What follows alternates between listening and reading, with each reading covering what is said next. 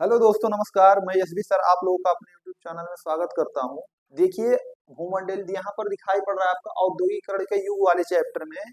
इसके पहले वाले चैप्टर में हम पढ़ा दिए हैं, मीन्स इसके पहले वाले क्लास में कारखानों के उदय के बारे में पढ़ाए हैं। बस उसी क्रम में हम स्टेप बाय स्टेप फोटो के साथ समझते रहेंगे। देखिए, एसएसटी बहुत बड़ी चीज नहीं है। ये इसको हम एक कहानी के रूप में और फोटो के माध्यम से समझेंगे तो हमको बहुत अच्छे से समझ में आएगा और हमेशा के लिए याद भी रहेगा। तो यहाँ पर दिखाई पड़ रहा है कि देखिए, यहाँ पर अगर जो बात करें परिवर्तन की रफ्तार जो है वो मुख्य रूप से 4 चरणों में हुई थी, जिसमें पहला चरण ये है। जैसे आप लोग पढ़ेंगे कि जैसे पंचवर्षीय योजनाएं थी वो कई चरणों में चली थी, यानी जो 5 वर्ष का जो टारगेट हुआ करता था किसी एक क्षेत्र को लेकर हुआ करता था। तो यहाँ पर वही चीज दिया गया है कि पहले चरण में किस चीज में विकास हुआ, दूसरे चरण में किस तरह विकास हुआ, तीसरे में क्या हुआ, चौथे में क्या हुआ। यही सब दिया है कि पहले जब औद्योगिक क्रांति आया था यानी उदय हुआ पूरे वर्ल्ड में, तो उस समय पहले चरण में किन किन क्षेत्रों में सबसे ज्यादा विकास हुआ, यही चीज इसमें देखने को आएगा। देखिए, चाहे हम बताए हैं, आप लोगों को हमेशा बताते आ रहे हैं कि एक वीडियो शुरू से लेकर लास्ट तक देख लीजिएगा और प्रीवियस क्वेश्चन से एक बार जरा मैच करवा लीजिएगा कि क्या जो हम पढ़ा रहे हैं क्या रियल में आया है कि नहीं आया है। और आप लोगों को हम बताते रहते हैं कि यहाँ से क्वेश्चन है, चाहे वो विकल्प वाला हो, चाहे संक्षिप्त में लिखना हो, चाहे लघु उत्तरीय में लिखना हो, या मैप वाला हो, जहां से आएगा हम बताते रहे और लगभग यहीं से क्वेश्चन आता भी है। अब जहां पे आएगा इंपॉर्टेंट हम आपको बताते रहेंगे, वो पूरा वीडियो शुरू से लेकर लास्ट तक जरूर देखिएगा। यानी हम पहले चरण में अगर जो चलते हैं तो यहाँ पर आपको दिखाई पड़ रहा है कि सूती उद्योग और कपास में ब्रिटेन का सबसे फूलते फूलते यहाँ पर दिखाई पड़ रहा है 1840 पहले चरण में यह सबसे बड़ा उद्योग बन चुका चुका था। 1840 वाले सन में यानी उसके दशक में पहले चरण में कपास उद्योग सबसे बड़ा अगर जो देखें तो उद्योग बन गया था। रीजन क्या था कि भारत में जो सिल्क रूट था वहां से अंग्रेज लोग कपास लेकर जाते थे, यानी हमारे यहाँ का कपास लेकर जाते थे, वो लोग अपने यहाँ बेचकर हम ही लोगों से महंगे दाम में जो बेचते थे। यानी ये कपास का जो व्यापार होता था इसी के माध्यम से ट्रेन भी इंडिया में चलाए थे, आगे मिलेंगे भी बताएंगे। 1840-60 के बीच इंग्लैंड में और उसके उपनिवेशों में रेलवे का विस्तार होने लगा। फलस्वरूप लोहे और स्टील की जरूरत तेजी से बढ़ने लगी। देखिए, 1840 अब देखा जाए तो 1853 में लॉर्ड डलहौजी के कार्यकाल में मुंबई से थाने के बीच में रेलवे का विस्तार किया गया। 1853 में, यानी 1840-60 के बीच की बात कर रहा है, जब ट्रेन का अब इस यहाँ पर भारत में चलाया गया तो उस समय ट्रेन के पटरियों के लिए और विभिन्न प्रकार की बिल्डिंग मटेरियल बनाने के लिए उसमें लोहे का यूज सबसे ज्यादा किया जाने लगा, इसीलिए उसका डिमांड बढ़ गया।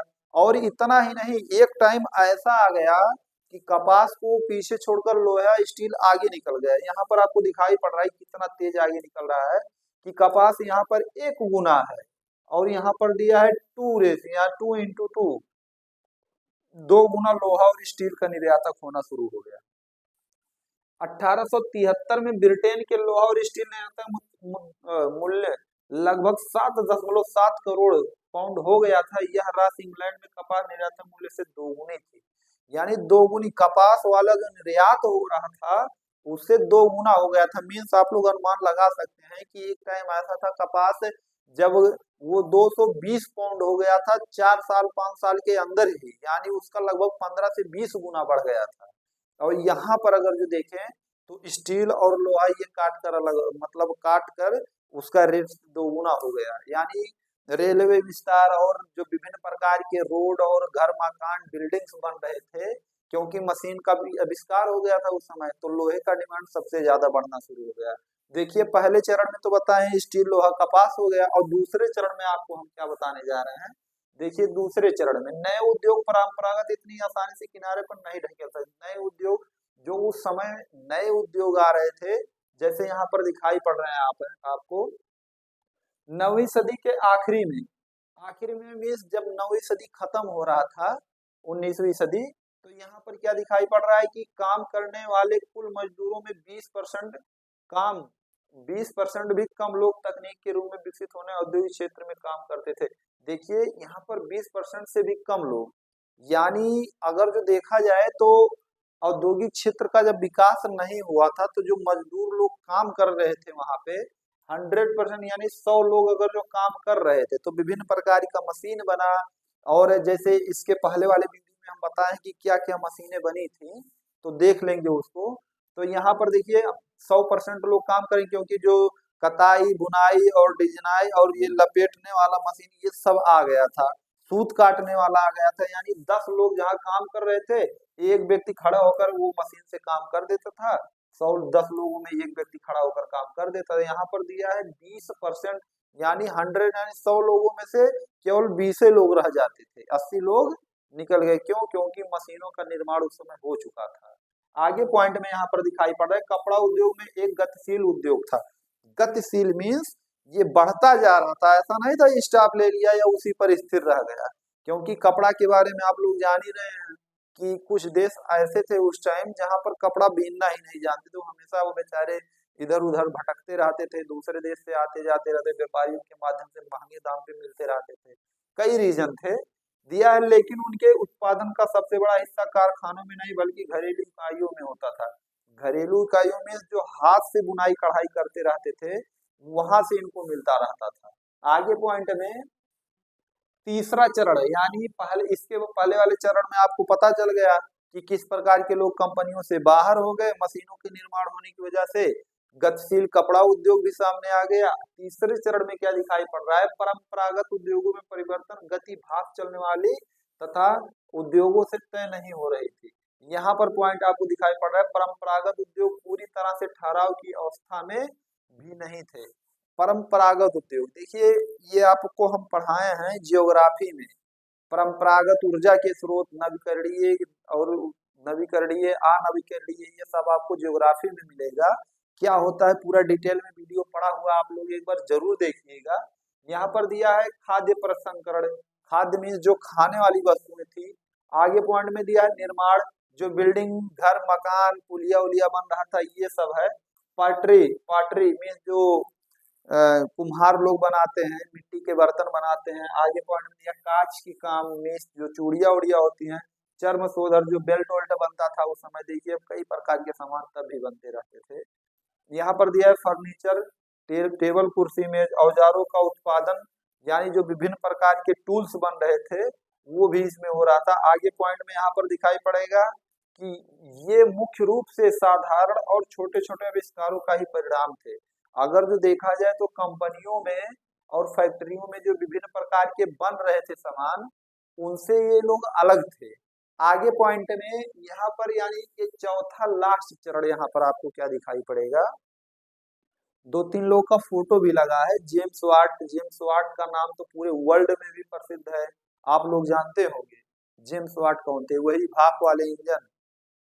यहाँ पर दिखाई पड़ रहा है कि तकनीक परिवर्तन धीरे धीरे हो रहा था, क्योंकि तकनीकी परिवर्तन, परिवर्तन मतलब ये नहीं कि खत्म हो रहा था या आ रहा था, बदलाव किए जा रहे थे। परिवर्तन में चेंज हो रहे थे, बदलाव किए जा रहे थे। किस प्रकार बदलाव किए जा रहे हैं? यहाँ पर पॉइंट बाय पॉइंट आपको दिखाई पड़ेगा। नई तकनीक महंगी थी, मीन्स जो नए नए उपकरण आ रहे थे जिनसे काम को और आसानी किया जाए, वो महंगी, क्योंकि उसमें टेक्निक ज्यादा था। टेक्निक ज्यादा होने की वजह से महंगी भी होती थी। व्यापारी और सौदागर उनको उपयोग करने में सावधानी बरतते थे। व्यापारी और सावधानी जरूरी भी है। जो मशीन उद्योग होते हैं उसमें सावधानी क्यों? क्योंकि जो है क्या कुछ लोग ऐसे मतलब घायल हो जाते हैं या चोट फोट लग जाता है, क्योंकि उसके बारे में जानकारी नहीं होती थी, या बने काम को बिगाड़ भी देते थे क्योंकि जानकारी नहीं हो रही थी। इसलिए सावधानी बरतना जरूरी है। मशीनें अक्सर खराब हो जाती थी, उनकी मरम्मत का खर्चा महंगा था। मशीनें उतनी अच्छी भी नहीं थी जितना उनके आविष्कारों निर्माताओं का दावा होता। देखिए जब आज की डेट में गाड़ी लेने जाएंगे आप लोग, चाहे कोई भी दो पहिया हम ले लेते हैं, कहेंगे नहीं नहीं नहीं भैया भैया 100 और 1 लीटर में भैया 100 किलोमीटर जाएगा। लेकिन वही अजमाओ अगर जो 100 से 70 75 तक रह जाता है। यानी उनका दावा तो रहता है कि 100 किलोमीटर जाएगा, लेकिन जाता कितना है? 70 से 75। ये जो दिया है कि दावा था, निर्माताओं आविष्कारों का दावा होता था, मीन्स अपना प्रोडक्ट बेचने के लिए लोग उसको बढ़ा चढ़ा कर बोलते रहेंगे, लेकिन लास्ट में जब यूज करते रहते हैं तो प्रोडक्ट का सही रिजल्ट नहीं निकलता है, इसीलिए फ्लॉप चले जाते हैं लोग। यहाँ पर दिखाई पड़ा जेम्स वाट। जेम्स वाट ने न्यूकोमेन द्वारा बनाए गए भाप के इंजन में सुधार किया और 1871 में नए इंजन को पेटेंट कर दिया गया। देखिए भाप का इंजन जो है वो कई तरह से होता था, जो कोयले वाली चलती थी।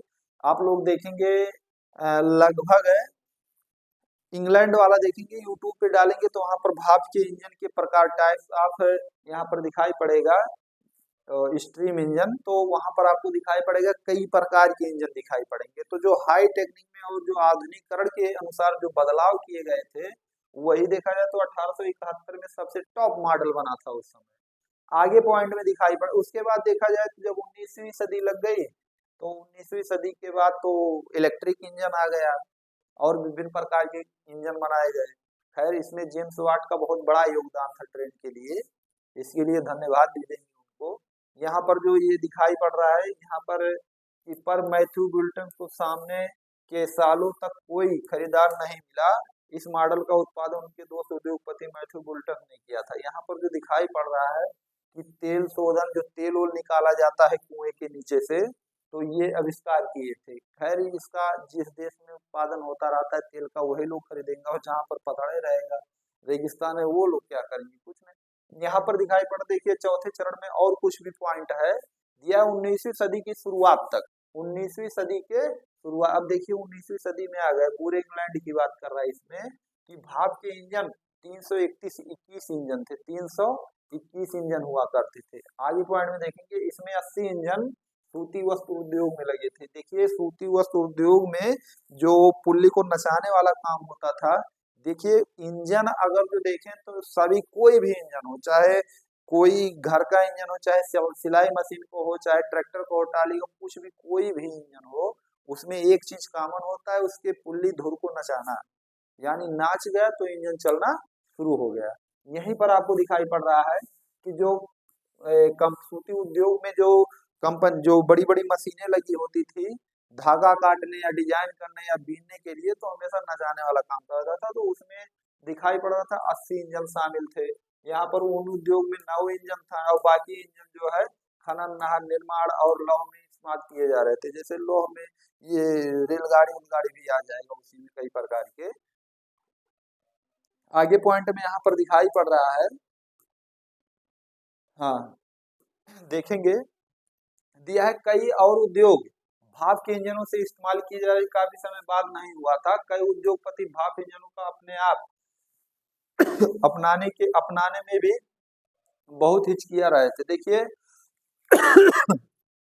यहाँ पर दिखाई पड़ रहा है कई उद्योगपति ऐसे थे, हिचकिया रहे थे, मीन जैसे डाउट कर रहे थे कि पता नहीं सही होगा कि नहीं होगा, या कोई खतरा ऐसा ना हो जाए जो काम कर रहे मजदूर के मतलब खिलाफ रहे। तो कई प्रकार के समस्याएं होती रहती थी, वो लोग चाहते थे कि लें कि ना ले। आगे पॉइंट में दिया हाथ का श्रम और वाक शक्ति। देखिए वाक शक्ति यानी वही भाप वाली, इसमें देखेंगे इनको तो आप लोग पहचान रहे हैं, ये है रानी विक्टोरिया। रानी विक्टोरिया के समय में, यानी जब इंग्लैंड की ये रानी थी उस समय, तो उस टाइम की बात है, ब्रिटेन में मीन्स इंग्लैंड में श्रमिकों का कोई कमी नहीं थी। काम की तलाश में लोग बड़ी संख्या में शहरों में जाते थे। यानी जब ये थी उस समय देखा जाए तो बेरोजगार की संख्या ज्यादा थी, जैसे आज एक टाइम में देखा जाए तो इंडिया में बहुत लोग, एक छोटा सा फार्म निकल जाए बहुत लोग फार्म डालते थे। तो उस समय फार्म नहीं पड़ता, लेकिन बेरोजगार लोग बहुत ज्यादा रहे, उनके लिए एक ही ऑप्शन रहता था, शहर में जाए काम करने, दिन भर की मजदूरी मिले, खा पी के जो थोड़ा बहुत बचे घर पर भेज दें, यही सब होता था। आगे पॉइंट में दिखाई पड़ रहा है कि इसीलिए उद्योगपतियों को श्रमिकों की कमी या मजदूरी देने की कोई समस्या नहीं होती थी। उद्योगपति ऐसी मशीन नहीं लगाना चाहते थे जिसमें बहुत ज्यादा खर्चा हो और मजदूरों को छुटकारा मिले। देखिए यहाँ पर उद्योगपति लोग भी ज्यादा वो नहीं करते थे, 3-5, वो भी चाहते थे कि ज्यादा खर्चा ना लगे, मजदूरों को ज्यादा पैसा भी ना देना पड़े, काम भी होता रहे। तो कई प्रकार के रीजन आते रहते थे। जब श्रमिकों ज्यादा हो तो वेतन कम होगा, यानी जब श्रमिक ज्यादा रहेंगे तो वेतन ऑलरेडी कम रहेगा, नहीं तो क्या होता है कि उन लोगों को वापस कर देंगे। देखिए किसी भी कंपनी में या किसी भी संस्था में जाएंगे, अगर जो ओवर रहेंगे, ओवर मीन्स जैसे हमें 10 लोगों की जरूरत है, अब 10 सॉरी 100 लिखाई पड़ रहा है, अगर जो हमें 10 लोगों की जरूरत है और हमारे पास 10 लोग ऑलरेडी पहले से हैं। अब 2 लोग और आ गए, बोले कि नहीं नहीं भैया हमको भी कर लीजिए। तो भैया कैसे कर लें, जब 10 लोग की जरूरत थी, 10 लोग हमारे पास हैं। अब इन लोगों को कहेंगे कि भैया आओ हमारे यहाँ, अगर जो हमारे इतने रुपए में खुश हो तो रहो, नहीं तो जाओ। तो यही पॉइंट कहा गया है कि जब मजदूर ज्यादा रहते थे तो उनको वेतन में कमी होती थी, यानी उनको कम वेतन बेचारे लोगों को मिलता था। आगे पॉइंट में दिया है, बहुत सारे उद्योगों में श्रमिकों की मांग जाड़ों के दौरान रहती थी, जैसे गैस घरों और शराब खानों में, क्रिसमस के समय बुक बाइंडरों और प्रिंटरों की दुकानों में, बंदरगाहों पर, जहाजों की मरम्मत और साफ सफाई सजावट के कामों में। देखिए आज की डेट में इंडिया में जब दीपावली आता है, लगन आता है, तो कपड़े की दुकान, खाने पीने की दुकानें और विभिन्न प्रकार का जो सामग्रियां होती थी वहां पर ज्यादा डिमांड होता है, इसीलिए उस टाइम ज्यादा मजदूरों की काम होती थी। वही ये लोग भी आजमा रहे थे, सॉरी ये लोग भी फॉलो लगा रहे थे रूल को, कि मानिए उस टाइम वहां पर ज्यादा लोग लगे। यहाँ पर दिया है गैस घरों और शराब खानों में, यानी वैसे आप देख रहे हैं गैस घर तो ये तो खतरीला होता ही है, और शराब खाना मीन्स ये तो जान ही रहे हैं आप लोग। यहाँ पर दिया है क्रिसमस के समय बैंडू टुंडू दुकानों पर, यानी उस समय बहुत ज्यादा बिक रहा था, सजावट के रूप में भी बिक रहा था। यहाँ पर दिखाई पड़ा जो बड़े बड़े जहाज थे बंदरगाह पे, तो उनके बारे में तो समझ ही रहे हैं। यहाँ पर लिखा है मरम्मत और साफ सफाई। साफ सफाई और मरम्मत, मरम्मत में जो टूटा फूटा रहे उनकी काम करने, लेबराई करने के लिए। साफ सफाई यानी जो बड़ी बड़ी 400 500 मीटर जहाजें होती थी, सफाई करने के लिए आप लोग समझ ही रहे हैं कितना टाइम लगेगा, कितने लोग लगेंगे, ये सब होता था। दिया मशीनों से सिर्फ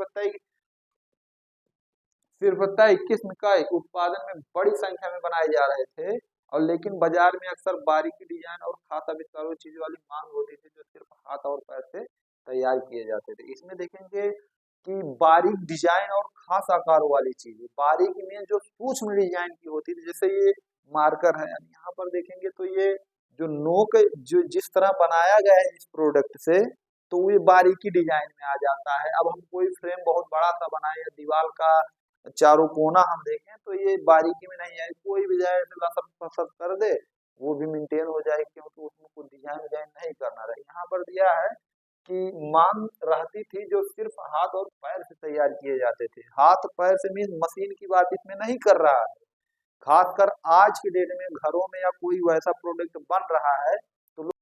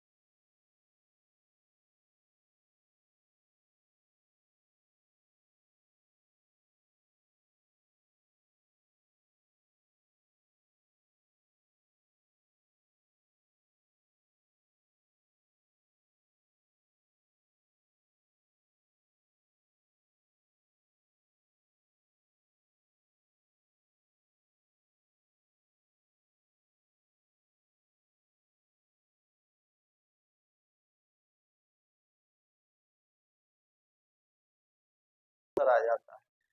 ये लोग भी कुलीन वर्ग वाले, उनके पास पैसा बहुत ज्यादा होता था, हाथ से बनी हुई वस्तुओं का ज्यादा प्रयोग करते थे, अच्छा भी लगता था। वो भी सही चीज है, क्योंकि मशीन से बनाई वाली चीजें का खाने वाने वाली कुछ भी हो, उस पर ज्यादा लोग विश्वास नहीं करते। दिया है मशीनों से बनने वाले उत्पादन उपनिवेशों में निर्यात कर दिया जाता था। जो मशीन से बनती थी उपनिवेशों में निवेश कर दिया जाता था, जो बाहरी लोग आते थे उनको दे दिया जाता था, मशीन से बनी हुई चीजें तुम ले जाओ, जो हाथ से बनी हुई चीजें उसका मैं यूज करूंगा। देखिए कितना शान से बैठी है। आगे पॉइंट में दिखाई पड़ रहा है, देखिए हाथ से बन रहा है, मटकी में जो डिजाइन विजाइन है मशीन से थोड़ी बनाएंगे। आज के डेट में तो आ गया है छपाई वपाई वाला, लेकिन पहले नहीं होता था। दिया है जिन देशों में मजदूरों की कमी होती थी वहां उद्योगपति मशीनों का इस्तेमाल करना ज्यादा पसंद करते थे, ताकि कम से कम मजदूरों में वो अपना काम चला सके। और जैसे 19वीं सदी में अमेरिका में यही स्थिति थी, यानी उद्योगपति मशीनों का इस्तेमाल करना चाहते थे, पसंद करते थे, ताकि काम कम से कम मजदूरों में चला सके। देखिए मशीन का उपयोग इसीलिए किया जाता है, काम को आसानी बनाने में और कम समय में ज्यादा काम लेने में, इसीलिए मशीन का यूज होता रहता था। अमेरिका के लोग यही अपनाते थे। यहाँ पर अमेरिका का दिखाई पड़ रहा है, यानी मजदूर लोग हैं, अब कई मजदूर हैं और इसको देखा जाए तो एक ही लोग चला देंगे, यानी कम से कम लोगों की जरूरत होती थी और ज्यादा से ज्यादा काम ले लिया जाता है किसके माध्यम से, मशीनों के माध्यम से। देखिए ये कहानी के रूप में हम आप लोगों को समझाए हैं। इसमें पूछेगा कि जैसे प्रथम चरण, द्वितीय चरण या तृतीय चरण में कौन सा आविष्कार हुआ था, विकल्प ए में आपको पूछेगा। तो लगभग हमको पूरा दोस्तों उम्मीद है कि आपको ये वीडियो अच्छा लगा है, और यहाँ से क्वेश्चन जो बनेंगे आप लोग कर ले जाएंगे। वीडियो को 1 से 2 बार देख लेंगे, बढ़िया से समझ में आ जाएगा। तो और जितना सब्जेक्ट है आप लोगों का हाई स्कूल एग्जाम से रिलेटेड या बुक से रिलेटेड, लगभग चैनल पे हमारे मिल जाएगा पूरा वीडियो। और जो टॉपिक छूटा होगा उसके लिए आप लोग कमेंट जरूर कीजिएगा। और वीडियो अच्छा लगा हो तो वीडियो को लाइक करने के साथ साथ चैनल को जरूर सब्सक्राइब कीजिएगा। पूरा वीडियो देखने के लिए बहुत बहुत धन्यवाद।